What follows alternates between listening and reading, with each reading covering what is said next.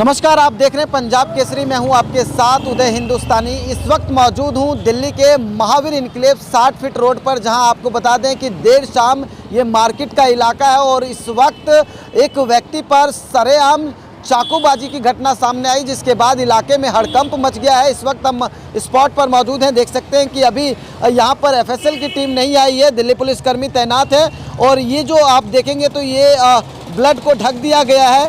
ये crime scene है, अभी इसको स्पॉट भी नहीं बनाया गया है पुलिस के द्वारा, लेकिन फिलहाल जो हम तस्वीर दिखा रहे हैं तो इस ब्लड को ढका हुआ है और इस ओर दिखाएंगे तो अभी पुलिस तफ्तीश कर रही है। तमाम जो सीसीटीवी लगे हैं उसको खंगाल रही है, देख रही है कि आखिरकार वो बदमाश कौन है जो चाकूबाजी को अंजाम देता है। और आपको बता दें कि राजधानी में ये कोई पहली घटना नहीं है, क्योंकि लगातार राजधानी दिल्ली में जिस तरह क्राइम की ग्राफ बढ़ता जा रहा है और इस तरह की चाकूबाजी जो है ये भी अब आम हो चुकी है। आपको बता दें कि अभी अब से कुछ देर पहले यहाँ पर इसी गली में आपको बता दें कि अवैध रूप से शराब बेचा जाता है और जो शराब बेच रहे थे उन्हीं के ऊपर चाकूबाजी की गई। आपको बता दें कि जो हमारे पास सूत्रों के हवाले से जानकारी मिली है कि जिस व्यक्ति को चाकू लगी है वो अवैध रूप से यहाँ पर शराब बेचते थे और जिन्होंने चाकू मारी है वो शायद खरीदने आए थे और कुछ आपसी कहासुनी हुई, जिसके बाद चाकू से ताबड़तोड़ हमला कर दिया है और अभी फ़िलहाल उनकी जो स्थिति है वो गंभीर बनी हुई है। अस्पताल में वो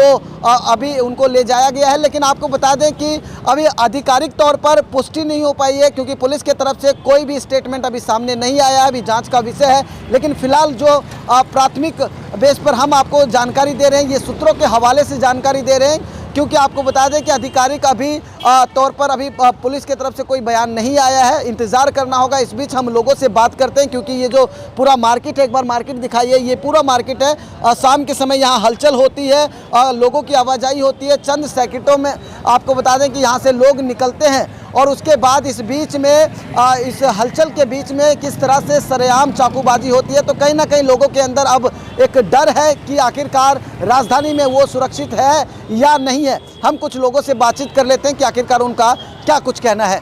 कैसे पता लगा आप लोगों को? मैं तो यहाँ जा रहा था, भीड़ था, इकट्ठा हो रखा था। मैंने क्या हुआ तो कह रहे यहाँ पे कोई चाकू क्यों लगी है। अब पता नहीं अब क्या कहानी हुई, मेरे को ये नहीं पता। मैं तो सब्जी लेने जा रहा था तो मैंने देखा भीड़ इकट्ठा था, कह रहे भैया चाकू को मार दिया है, ये चक्कर है इसका, ये कहानी है। तब मैंने देखा हैं कौन सी जगह है ये महावीर के लिए पार्ट 3 60 फुटा रोड।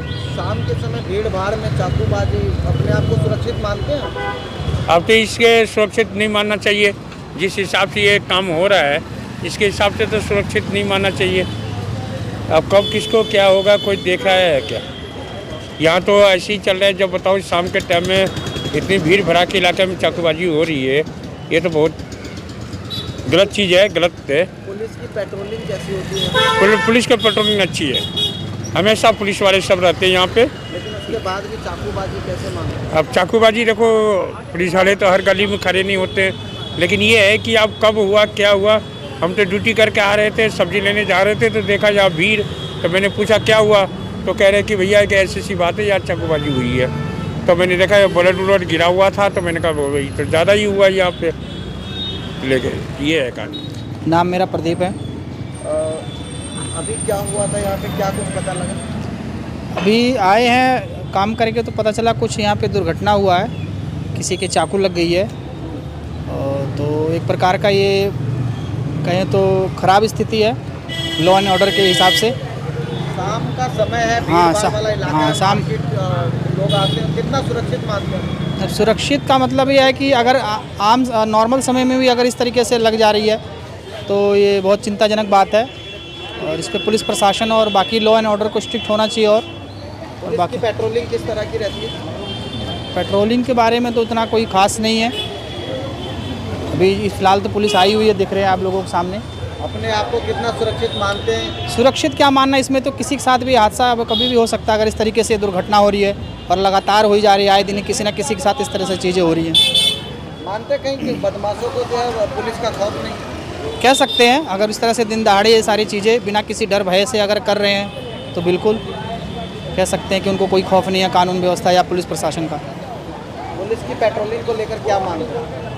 पुलिस की पेट्रोलिंग के विषय में ही होगा कि और पुलिस चाक चौबंद अच्छे से रहे और बैरिकेटिंग वगैरह करे, या फिर इस तरीके से जो अगल बगल आसपास के माहौल है या जो इस तरह से दुर्घटनाएं हो रही हैं उस पर रोक लगाने के लिए कुछ इस प्रकार से कार्य करे कि मतलब एक प्रकार से जो ये माहौल है इसको शांतिपूर्ण माहौल रहे, ज़्यादा इस तरीके से आगे कोई मामला ना हो।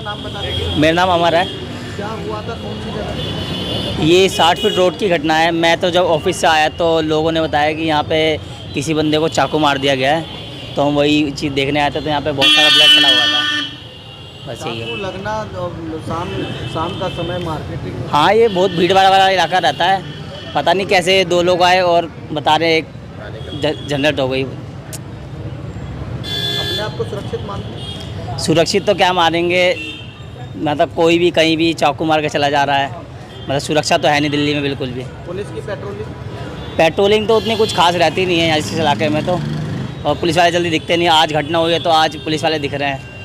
तो सुना आपने, हम बात कर रहे थे स्थानीय लोगों से जिनका साफ तौर पर कहना है कि वो राजधानी में रहते हैं लेकिन अपने आप को अब वो सुरक्षित महसूस नहीं कर पाते हैं। कई लोगों ने, आपको बता दें कि पुलिस पर भी सवालिया निशाने खड़े किए हैं, क्योंकि उनका कहना है कि इस बीच जो दिल्ली पुलिस है उनकी पेट्रोलिंग कम होती है और यही कारण है कि कहीं ना कहीं जो इस तरह की वारदात को अंजाम दिया जाता है।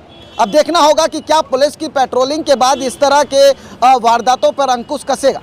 वीडियो जर्नलिस्ट मनीष के साथ उदय हिंदुस्तानी, पंजाब केसरी, दिल्ली।